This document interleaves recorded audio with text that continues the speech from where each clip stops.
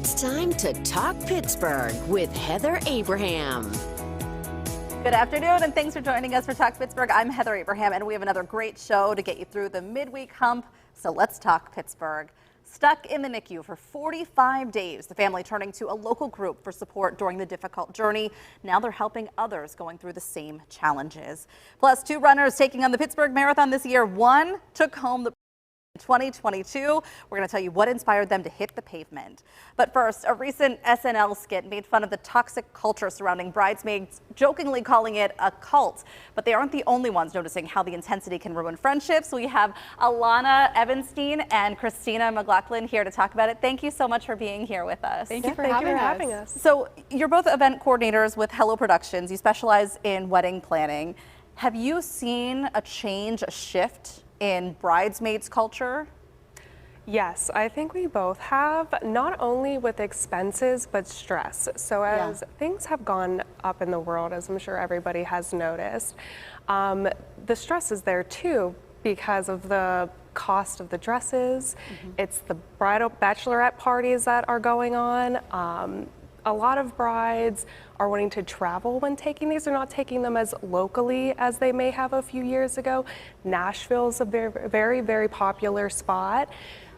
That expense has increased immensely.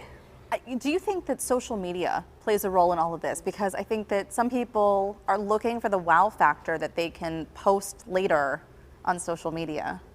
For sure, yeah. I think that there's a huge social media aspect to it. There's a lot of pressure that comes with social media, and you see other people going on extravagant trips, and you want to reciprocate those trips and have a blast and celebrate. This is kind of like the start of your wedding, and there's a lot of pressure to compete with other people on social media. So the most important thing is just to remember that these people are the most important people surrounding you, and you have to be respectful of everybody's financial situations and time commitments and obligations. So what do you think are some of the biggest mistakes that cause the stress and the tension when it comes to planning the wedding for your bridal party in particular?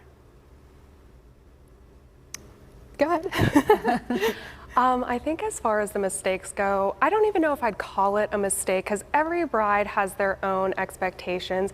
But what I have personally noticed is sometimes with larger bridal parties comes a lot of tension, more expectations, and not everybody always gets along. I have found that in smaller bridal parties, I'm talking 4 or less, mainly those are family members, so everybody's comfortable with each other. Everybody already knows each other, and there's not going to be that friction. The bride isn't going to feel that tension, especially if you have, let's say, 9 girls, and maybe they don't get along.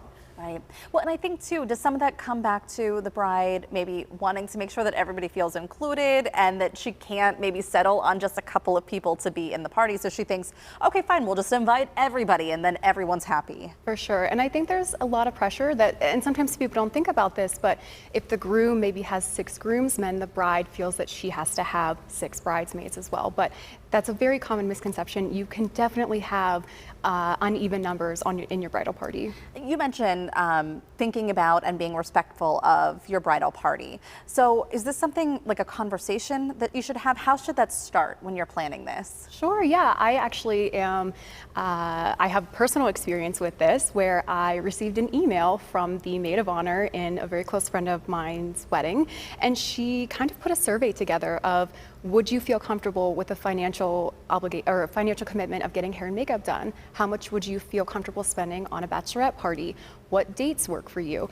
And getting that information just out and being able to reply anonymously as well, I feel like that's a really great conversation starter to have with the people that you're considering having in your bridal party. I mean, we are talking about a lot of expenses. I mean, the dress alone can be a couple $100s. Sure. If the wedding is out of town or if you need to stay in a hotel that evening, there's the hotel expense. I mean, people who've gone to weddings or have been in them, they know the expenses go on and on. So is it okay for you to say, yes, I would love to be part of your wedding, but I don't know that I can make all of the obligations or all of the parties and festivities?